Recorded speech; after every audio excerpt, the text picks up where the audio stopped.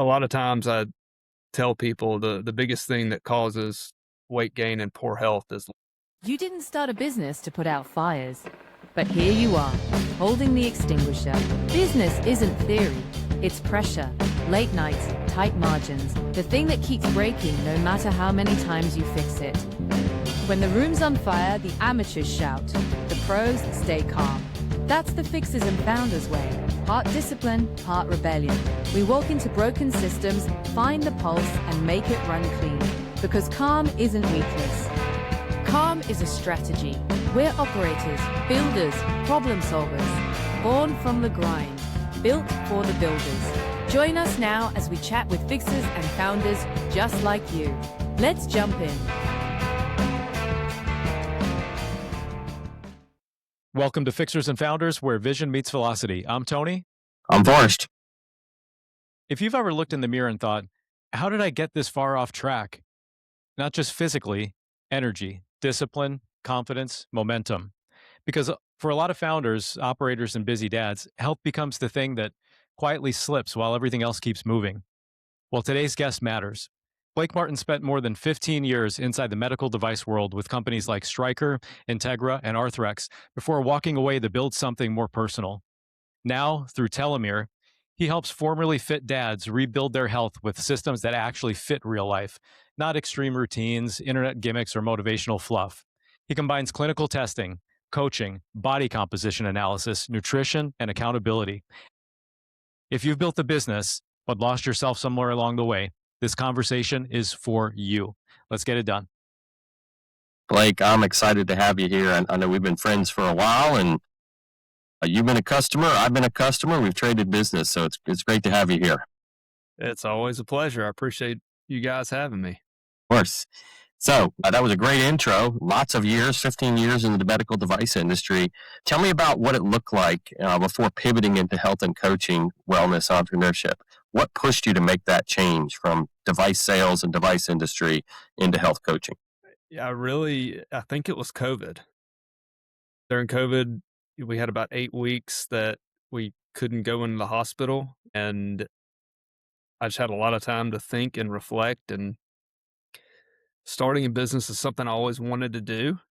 My dad always had his own business, and I just assumed that I would, and I got a medical device job in my late 20s, and then we started a family, and it was just kinda one of those things, like, I was making money that was good enough, and we just kept having kids, and life keeps going, and all of a sudden, I'm 10 years into this career, and I liked it. It was fine, but, it just was never like, I always envied the guys when I would go to a national sales meeting, and they'd bring the guys who were having, like, 15, 20-year work anniversaries, bring them up on stage, and they talk about how much they love the company and all this stuff, and I was like, "Man, like, I'm jealous of those guys 'cause I don't feel that at all." I just was never, like, a big corporate guy, and so when COVID happened and spending a lot of time reflecting, I was like, it was right about the time I turned 40, so I guess that's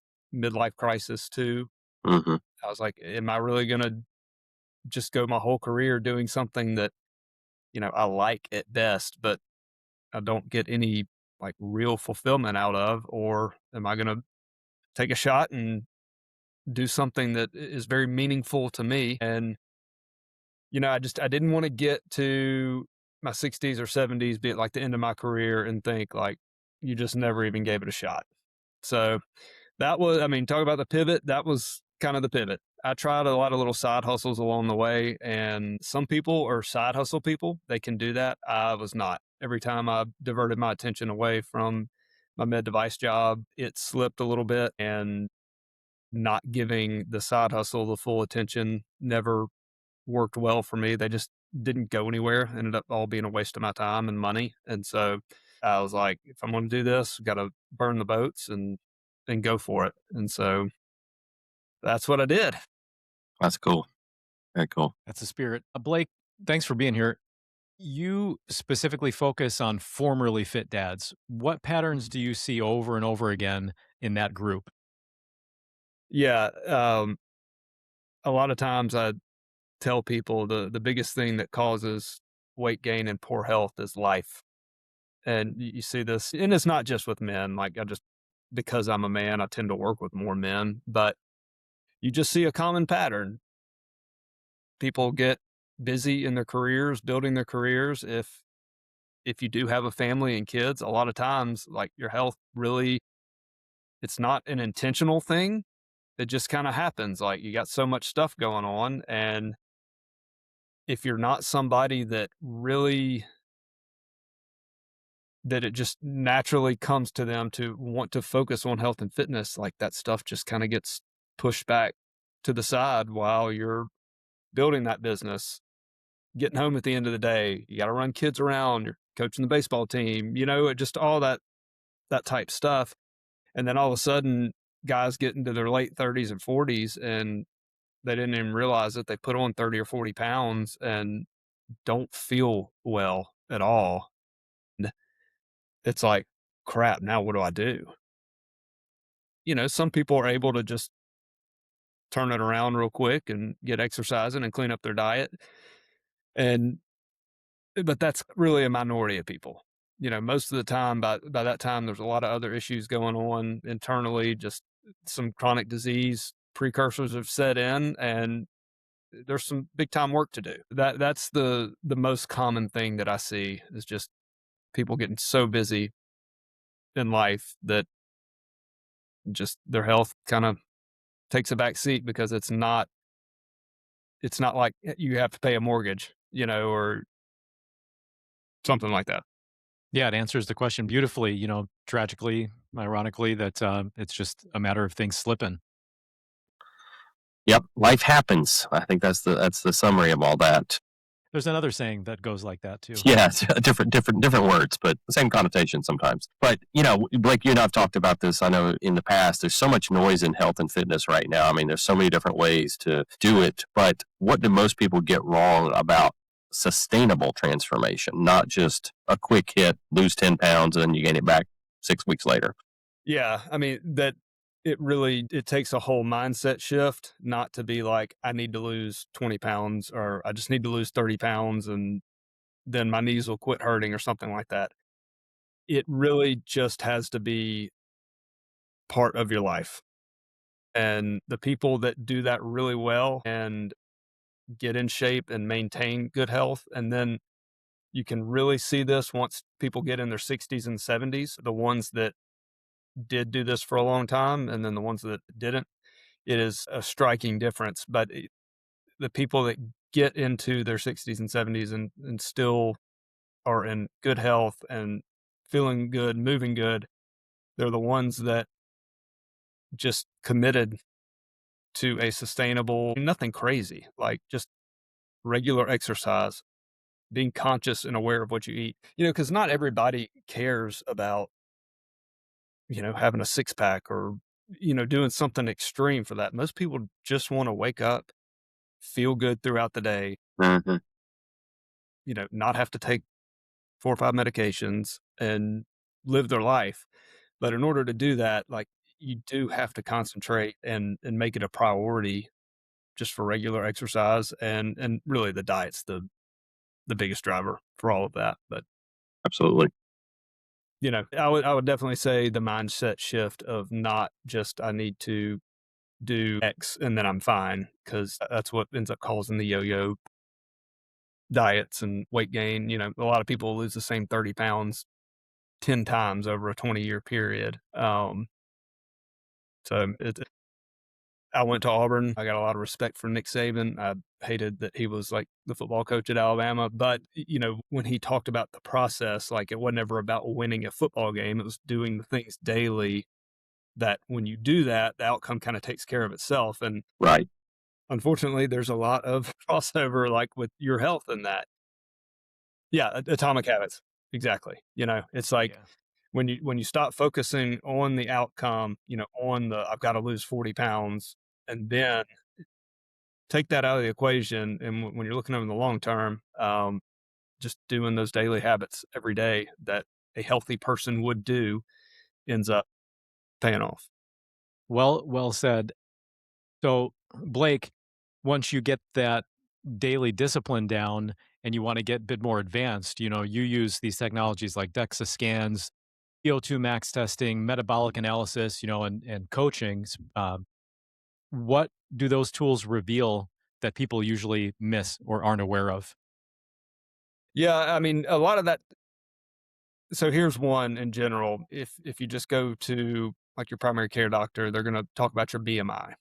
So your body mass index. That just takes your weight, compares it to your height, puts a number to it. But what it doesn't do is it doesn't talk anything about what your body is made up of. So muscle or fat. And so when we do a DEXA scan, we are able to see how much body fat you have compared to muscle, how much visceral fat you have, which is the bad fat that gets packed in around your organs. That's the one that is driving heart attacks. And almost anybody that you know that has a heart attack has got a lot of visceral fat. And let me ask you too, Blake, because I've seen this, with folks that I know. You can have visceral fat and not be outwardly fat appearing. Yeah, no, that is true. It doesn't happen. It doesn't happen too often, but it definitely can. I mean, I've had a couple people who were in really good shape and they were real happy coming to do their DEXA scan because I get a lot of like fitness enthusiasts that want to do it too because they work hard at exercising and they like to see a report that shows that like they've got a lot of muscle and low body fat. And there's one guy that always stands out to me. He was in his mid 50s and he was about 17% body fat, which is really good for a guy that age.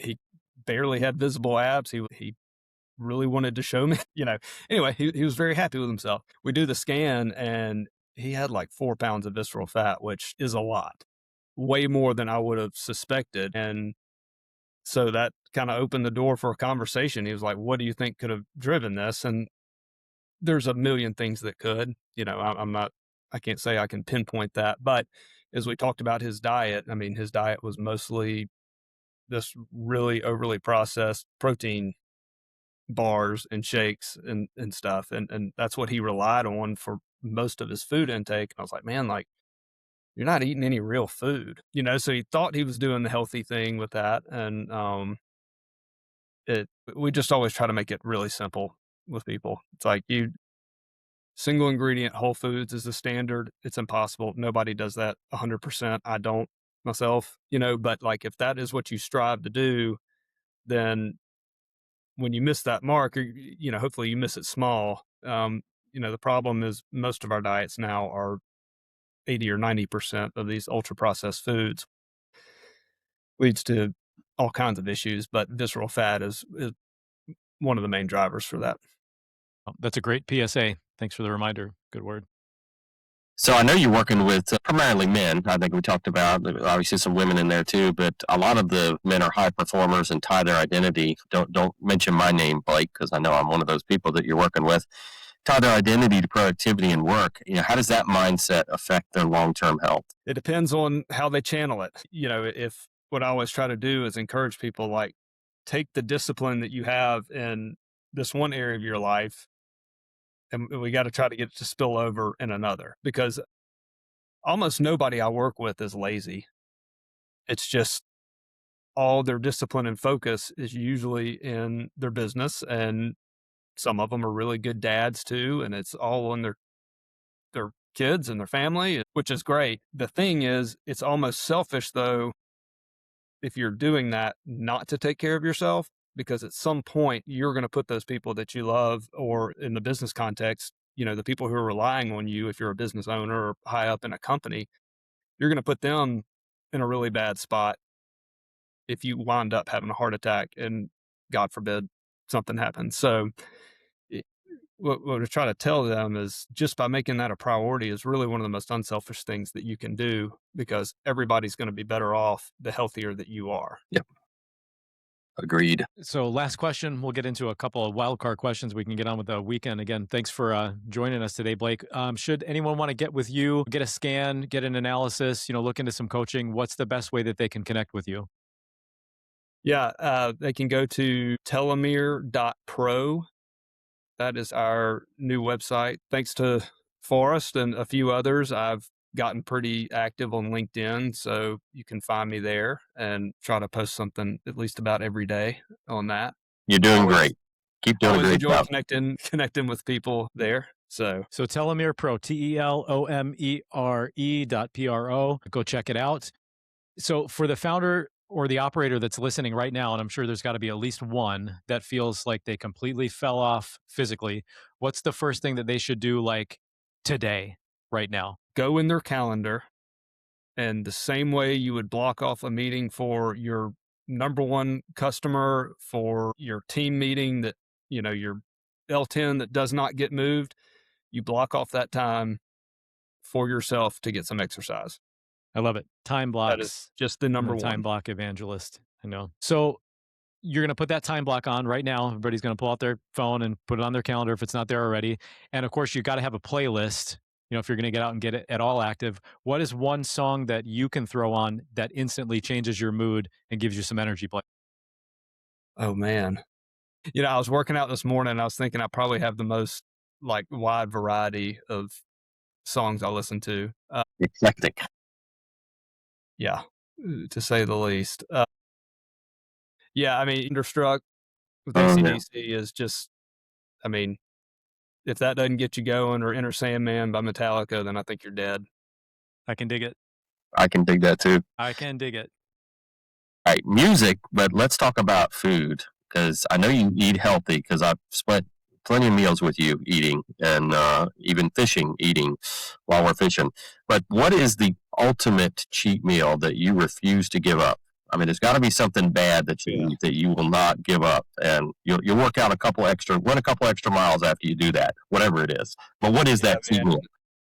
pizza's my thing. I love Pizza? it. Okay. What I've stopped doing is eating like crappy bad pizza that, Yes. like, There you go.